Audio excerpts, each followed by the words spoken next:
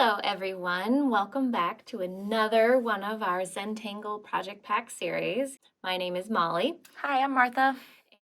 So when Martha and I were trying to figure out what we wanted to do for our class, we started to just play with letters as strings and how could you play with a letter being a string. So I'm going to show you this tile right here. Sorry to leave you with the blank screen there for a minute.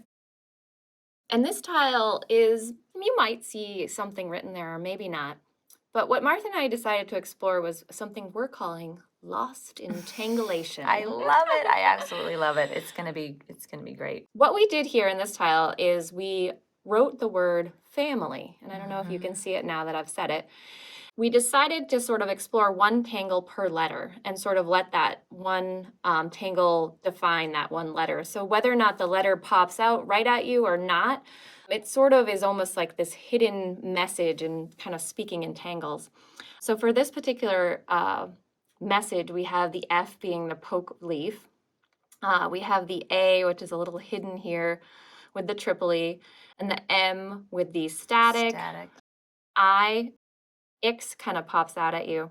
The L is very subtle. It's this falls into the jongle, which is like, that's my favorite part, but I also love jongle.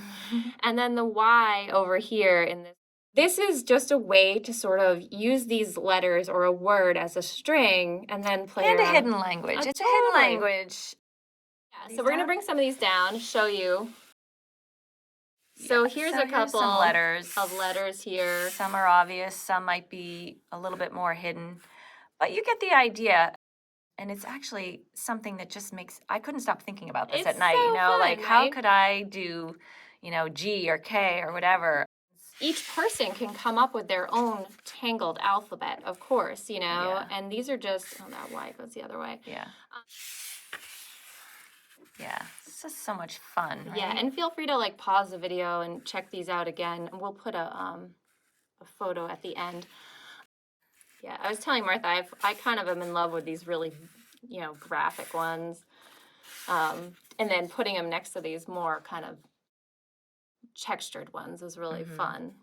Super fun. So we tried to play with as many tangles as possible. What we were thinking, one tangled alphabet could have, H as acanthus, but then you could go back and do H as a totally different tangle. Right. So those are our alphabets, which is really fun, and we can explore that so much. I think that's going to be a really fun one. We're working on one of the tiles that came in the project pack. It's a white phi tile. So I have just my handy dandy graphite pencil, and I'm not going to do a border on this tile because we really do want to work with these letters and how they play with each other, and we want them to have freedom to go where they need to. Very basic capital letters, nothing fancy Yeah. here. These are your very basic capitals. Yes. And so again, we're not drawing the letters in pen. We are drawing them in pencil as if they are our string. And they disappear, right? And they will disappear. Yeah. Okay, so I'm going to draw. Get that, Molly? We are going to use the word draw.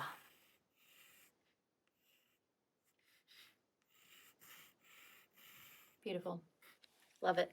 I'm going to start us off with the letter D, and I am going to be using the brown 01 pen. I'm going to do the Tangle Vertigo. So I am just going to be using this pencil line as my guide, and I'm going to start with my beautiful needle shapes along, and you can follow along with me, but we're using this simple basic stroke that is a line and then an aura that meets at the top and the bottom. And what I'm going to do is follow along here as if it's my stem. And I like to go sort of this way and that with my vertigo, placing them at random angles. Because once we start filling in, it's these angles that will allow us to layer and give that real beautiful full foliage look. Now I've just used that sort of hollabah method of drawing behind. I just drew that little needle, right behind. And I'm going to continue to find these opportunities to layer as I go. You'll notice that I turn my tile just about each time I draw one of these needles. And that sort of helps me realign, or gives me that perspective of where I can put something behind. It seems there's always an opportunity for one more needle. Yeah, it is fun how it takes the shape of the letter, but also sort of hides it. It's like camouflage, sort of, right? I'm varying the length of my needles also. Again, just variety and angle, all a little bit different. And as we were playing around with these whole alphabets, we did, different variations of different letters. And like we said, you don't have to be so perfect with the starting point, as long as you can, reference what it is yourself. Once you start covering it with tangles, it really just becomes a string, which is fun. Think about the opportunity to send somebody a hidden message. Ooh, I like that. Or even if you just wanted to send a gift to one person, put on a bigger tile and maybe the first letter of their first name or something, that would be fun. So as I've come around, I can see now where I want to fill in a little bit more.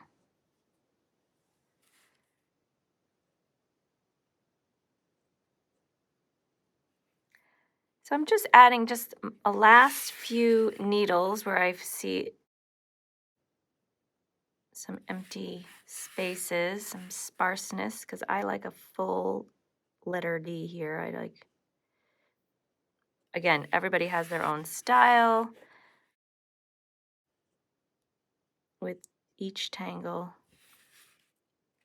And I'm going to hand it over to Molly in a minute, but I kind of like how this natural redefining the line here makes these tips a little darker. I'm just emphasizing that a little. There. All right, our first letter is done. All right, nice work, Martha. So I'm going to start my R here, and I am going to do a tangle called Mooka. I'm going to use this sepia colored pen. We talked about it earlier. It's very dark and almost like dark chocolate is what it is. I was just thinking chocolate. I am going to do a basic Mooka here on the back just to show you what the shape is like.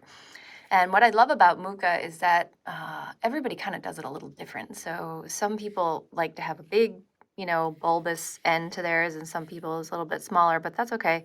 When I draw my Mooka, I kind of draw a stem, and then I come around as if I'm going to draw a circle. And then when I'm about to come, I come back up and down, something like that. But you could do it a little less, like something like that, or something like that. But basically it's a stem with sort of this almost like a paisley type thing on the end. Okay. So I'm going to fill my R with Mookas.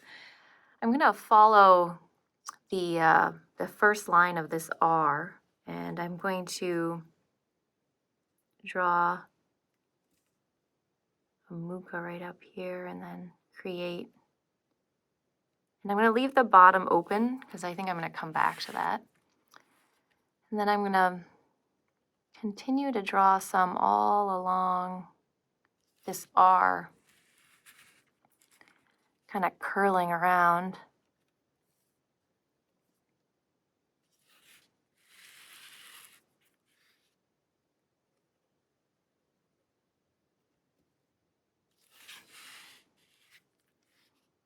Almost like a little wreath here. think I'm going to turn my tile upside down here, and I'm going to go back and finish this first stem here. And I don't know how, maybe I'll go a little bit into here just to be playful. Go behind some of that vertigo. What do you think, Martha? Sneak on in. Yep.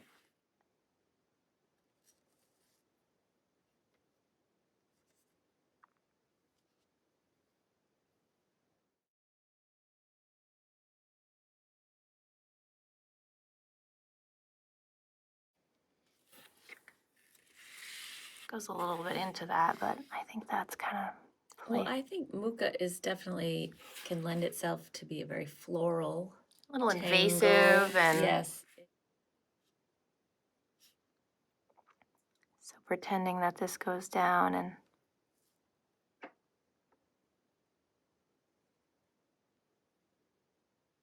something like that. As if this goes a little bit over here.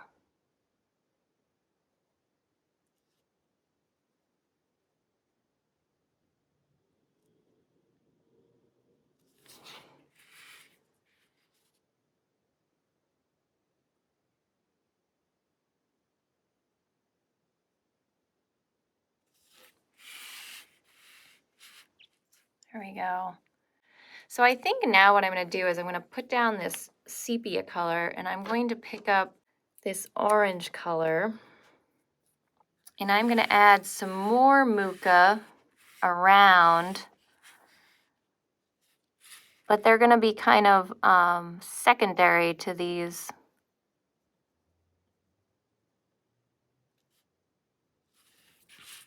Like Muka is definitely one of those strokes that didn't have a name until Zentangle came around, but it was something that Mom definitely used to accompany her lettering Oh my goodness, so much, right? early on. Yeah. Yeah. And I think I'm going to do a little, just some orbs in the middle here. Just kind of putting some orbs and then little dots in the middle of them. It's the idea of you can kind of go back and forth, figure out what works with your composition.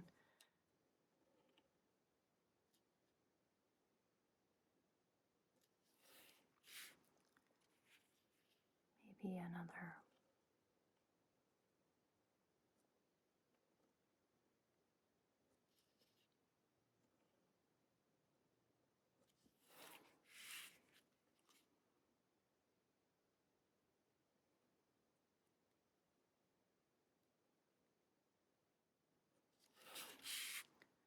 It just seemed a little too plain, you know what I'm saying? I actually love that outer layer. All right, so I've just been having fun adding these little sort of orbs, filled in orbs, just to kind of blend it all. And I think I'll probably even come back to this after the other letters are complete. So I think I'm going to let myself stop and then move on and come back. But so far, so good. I'm loving this. All right, well, just to shake things up a little bit, I'm actually going to guide you through the W. I'm going to skip over this A and have Molly come back to that a little bit later. I want a little bit of a more defined space for this, so I'm going to extend my string, my W string, so that it goes off the edge like that. And I'm going to do a tangle called Crazy Knightsbridge. We've kind of done that with a bunch of our tangles. We take this original tangle and we kind of make the lines a little bit unpredictable, and so we add the word crazy in front of it. A little wonky. Crazy Knightsbridge. And I'm not going to trace over this W line. I'm going to let that pencil line hopefully fade away with the process. But Knightsbridge in its original form is essentially a checkerboard. But for this, we're going to just do some sort of unpredictable, not necessarily parallel lines to create a bit of a wonky checkerboard. So I'm going to start out and move from left to right here within my string space. And I'm going to kind of have some crazy, not necessarily straight lines, but moving in one direction.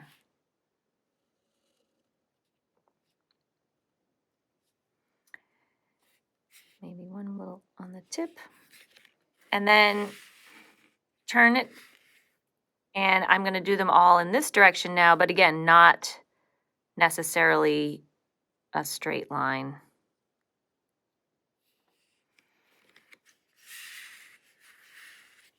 I think I'm going to start in the middle because those are the ones that make the most sense to me. And the idea is when you're looking to see which one comes next, especially with these irregular grids, and you want to fill in every other one, you just want to be filling in the ones where the corners touch or the corners kiss. So I know that these two corners are touching, so I know that I can fill in this space. This is definitely another one of those tangles that lets you just kind of really relax and enjoy watching that ink fall onto the paper. Actually, I want to do something a little playful in my grid. If you want to do it with me, you can, or you can keep all of yours, just the brown and white. But I am going to pick up my pink pen just for fun. And instead of brown, I'm going to use this pink pen to fill in just one of the squares, or you could do a couple of them. Just as a fun little pop. I love brown and pink together.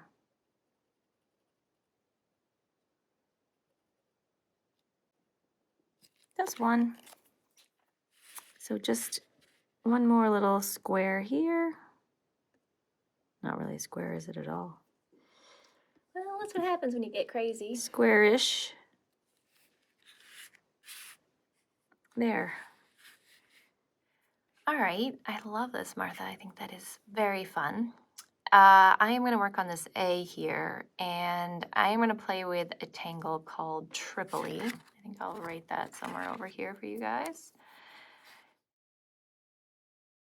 So I'm going to start off my Tripoli with the lighter brown color here.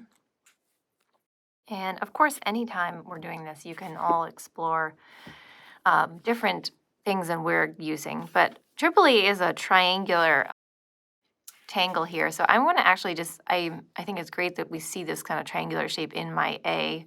So I'm going to actually just use that as a starting point. And I'm not going to go quite down to that crossbar. I'm going to go a little bit above it and make my first triangle there.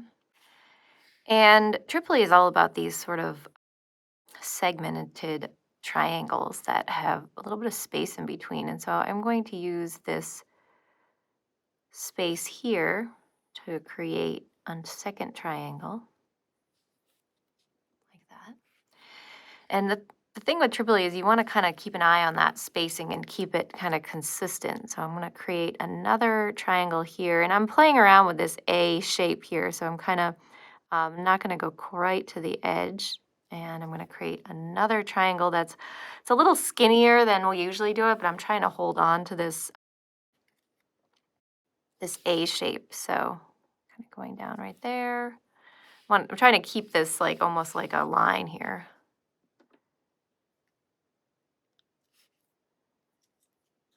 Sort of filling that A space there. So I have my A, right? And I have my little spaces in between.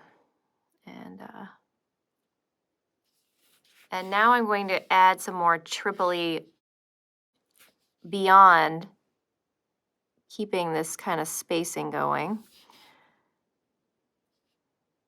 Another, kind of have it go behind our crazy. So I want to keep this space going here. Do another.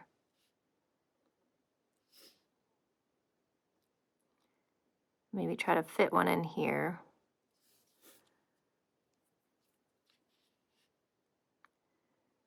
Do one on this side. Always start with that connecting point. Again, kind of figuring out, a lot of times we'll say almost like you're auraing that first line to figure out where you're at. And this RA has really disappeared at this point in time, but we're going to bring it back a little later with some shading and whatnot. So kind of turning your tile, looking at it this way and that, and deciding how you want your composition to grow. Okay, I'm going to do a pretty classic filler with my Tripoli here. You're And using the same pen. I'm using the same pen, and I'm just going to put 3 arcs inside each of these beautiful triangles.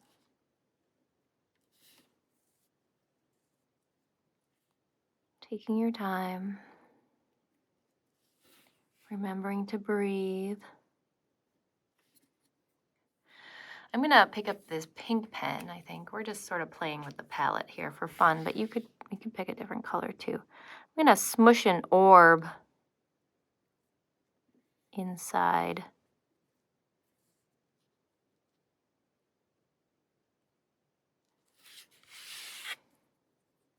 And then sort of inking in the interstices.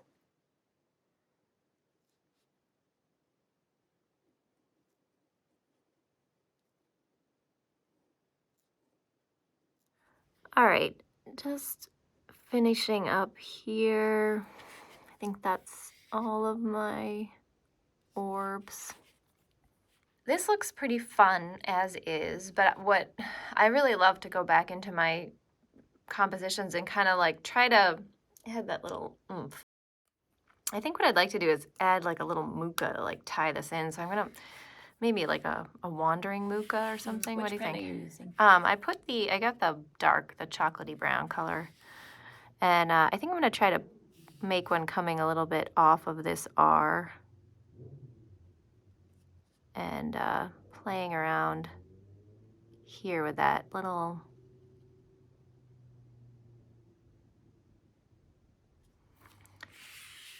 add some rounding here, just I love rounding.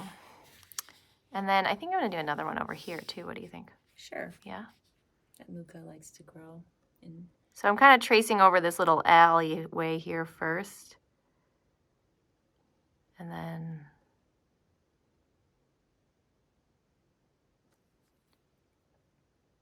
it's almost like, we always say that sometimes it's like a little mortar. Grout? Grout, mortar and grout. I've been tiling lately. Kind of redefining some of this here. And I don't think you have to do it everywhere, if you just kind of do it in some places. So I'm now going to grab this pink pen and I'm going to go back into my letters here and just, I'm really loving these little orbs that Molly did around the R. They're sort of reminiscent of Bronx Cheer a little bit. And I'm going to add them kind of sprinkled throughout my D, almost like a berry nestled into the vine. And they fit right in there.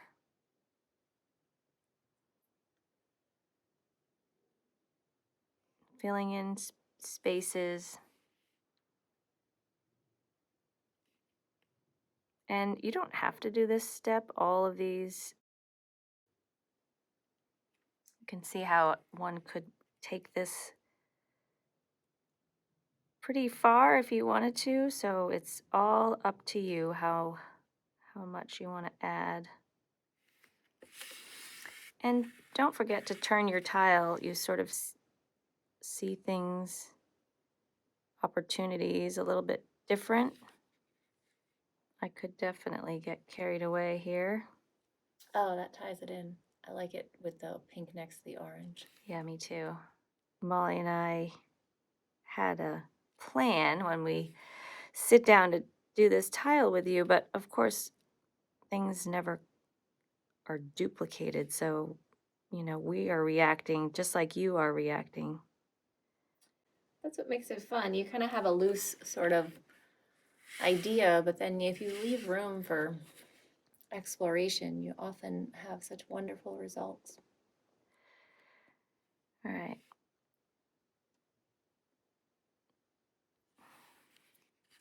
Looks good. All right, well, I'm going to add some shading and we can go back and forth a little bit. All right, so I'm going to pick up my pencil. And even though we didn't actually trace over that D with anything, you can see it in there, that original string. And I'm just going to add graphite along that string.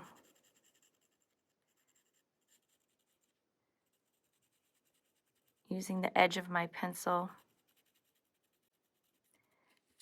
Using that kind of softer delivery, not the hard edge of the tip.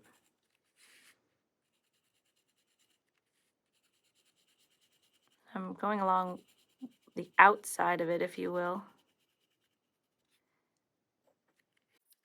And then with the tortillon, just smoothing it into the needles.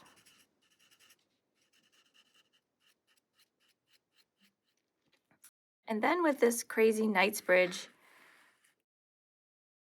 I think what I'll do is you can still see the rows of color here. And I'm going to add shading just to the top half of each row. So of course, there's not a lot of shading going on that dark ink, but so that's the top half. And then the same here.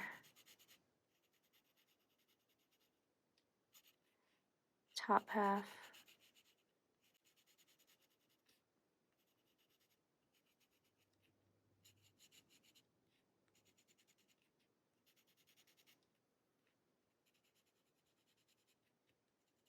So then just blending it in.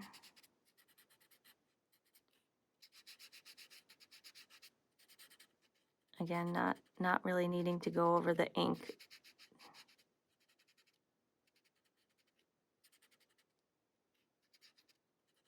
And we always say that this is one way that we're shading this, but you might have a different, more amazing way to shade your piece.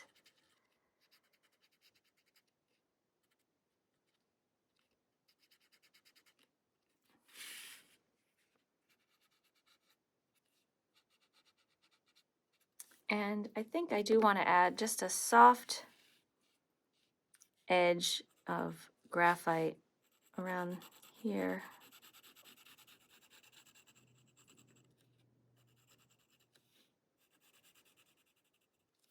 And I'm going to leave this side where it touches the Tripoli because I have a feeling maybe Tripoli is going to be coming under the Knightsbridge.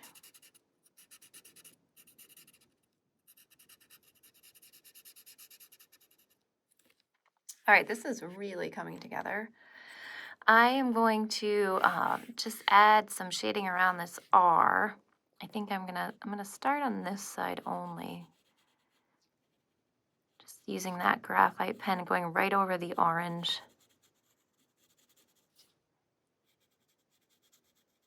And yeah, I think I'm gonna go all the way on the inside here.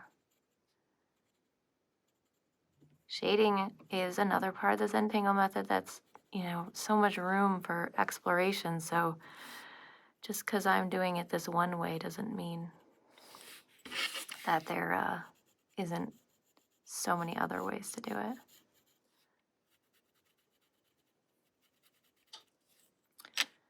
And kind of work some of this with my tortillon at this point and see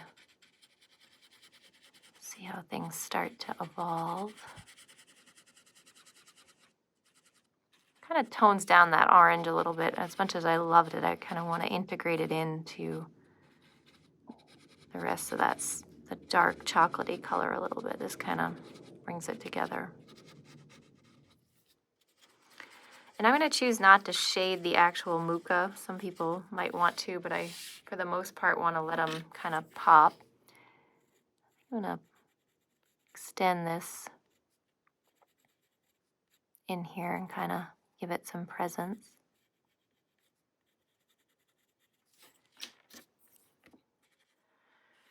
I think I want to make my A pop out a little bit, just a tiny bit. And so I'm going to just play around with shading some of this. I'm going to do it little by little and see what happens.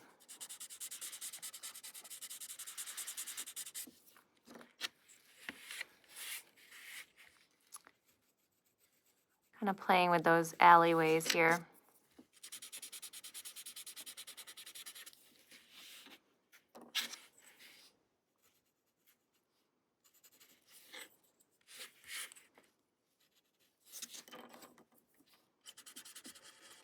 And, you know, you can choose to play with that as much as you want.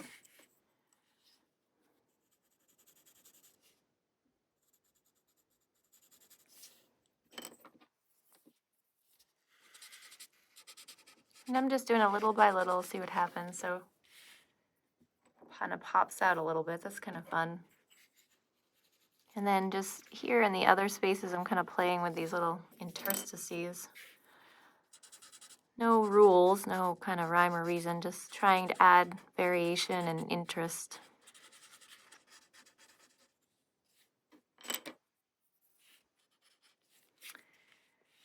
All right. I don't know, that's pretty fun. It's really fun. That is really fun. This is just the beginning of like all kinds of playful, wacky, fun Zentangle stuff we can do. So here's that other one we did earlier, our little family, which was fun. Here we have our draw. And yeah, this is good stuff. I actually can't wait to see. I can't wait to see what people are going to do with this. Yeah, It's so gonna be a should blast. we make this a hashtag? We should definitely share that hashtag, and I'm sure we'll have Here, you can write it down. some amazing adventures, and stay tuned for some bonus material from me and Martha for more adventures with Lost in Tangle a Shun.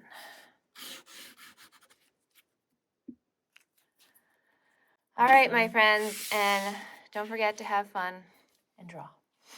Thanks for joining us. Bye-bye.